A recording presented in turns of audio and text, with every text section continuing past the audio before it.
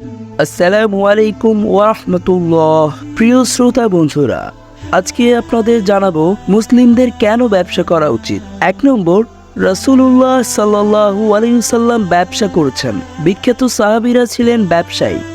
ব্যবসার মধ্যে রয়েছে বরকত, কল্যাণ। ব্যবসার ফজিলত নিয়ে অসংখ্য হাদিস আছে। তার মধ্যে উল্লেখযোগ্য হলো সৎ আমানতদার ব্যবসায়ীগণ কিয়ামতের দিন নবী সিদ্দিক এবং শহীদদের সাথে থাকবেন। জামে আত-তিরমিজি 1209। ২ নম্বর, একজন মুসলিম যখন ব্যবসা করবে তখন সে নিজের পরিবারে ও সমাজের বৃহত্তর কল্যাণে অংশ নিতে পারবে। প্রথমত সে কর্মসংস্থান করতে পারবে, তার ফলে মানুষ উপকৃত হবে। তাছাড়া সে আর্থিকভাবে স্বাবলম্বী হতে পারবে, যার ফলে সমাজের উন্নয়নমূলক কর্মকাণ্ডে অংশ নিতে পারবে। জনৈক ব্যক্তি এসে ইমাম আহমদ ইবনে হাম্বলকে জানায়, নিজের চলার মতো আর্থিক ব্যবস্থা আমার আছে। তারপরও তাকে ইবনে হাম্বল বলেন, তুমি ব্যবসা করো, তাহলে সেটা লভ্যাংশ দিয়ে আত্মীয় স্বজনের সাথে সুসম্পর্ক বজায় রাখতে পারবে। কেউ অসুস্থ হলে তার চিকিৎসা করতে পারবে। ইবনুল জাওজি তালবিস 285। ৩ নম্বর, ব্যবসা করলে নিজেই সিদ্ধান্ত নিতে পারবেন, অন্যের উপর নির্ভরশীল হতে হবে না। সালাফগণ এই কারণে মানুষকে ব্যবসা করতে উৎসাহ দিতেন। তবেই আব্দুল্লাহ ইবনে জায়েদ বলেন, ব্যবসাকে তোমরা পেশা হিসেবে নাও, কেননা নিরাপদ থাকার অন্যতম বড় মাধ্যম হচ্ছে মানুষ প্রতিমুখী মুখাপেক্ষী না থাকা।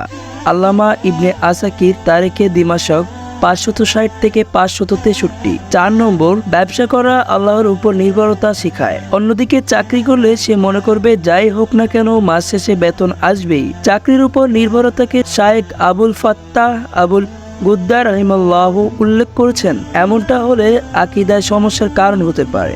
একজন চাকরিজীবী সকালে অফিসে যাবার আগে কি কখনো দোয়া করে, হে আল্লাহ, আমার জন্য রিজিকের রাস্তা প্রশস্ত করে দাও, আমার রিজিক সহজ করে দাও। যারা ইতিমধ্যে চাকরি পেয়ে গেছে, মাসে 10,000, 50,000 কিংবা 1 লক্ষ টাকা বেতন পায়, তারা সাধারণত রিজিকের দোয়া করে না। রিজিকের দোয়া না করতে করতে আনমনে একসময় ভাবা শুরু করে তাদের বস, সরকার তার রিজিকের ব্যবস্থা করছে। একটানা কয়েক বছর চাকরি করা একজন যখন খুব সুখে স্বাচ্ছন্দ্যে চলছে, তাকে যদি বলেন সে যেন তার রিজিকের জন্য দোয়া করে, রিজিকের জন্য আল্লাহর কৃতজ্ঞতা আদায় করে, সে অবাক হবে। কারণ দোয়া না করে অনভ্যস্ততার ফলে আল্লাহ যে রিজিকদাতা এই বিশ্বাসে তার জং ধরেছে। আমানতদার ব্যবসায়ী প্রতি মুহূর্ত আল্লাহ আর রাজ্জাক কোনটি উপলব্ধি করতে পারে। ৫ নম্বর, ব্যবসা সম্মান বাড়ায়।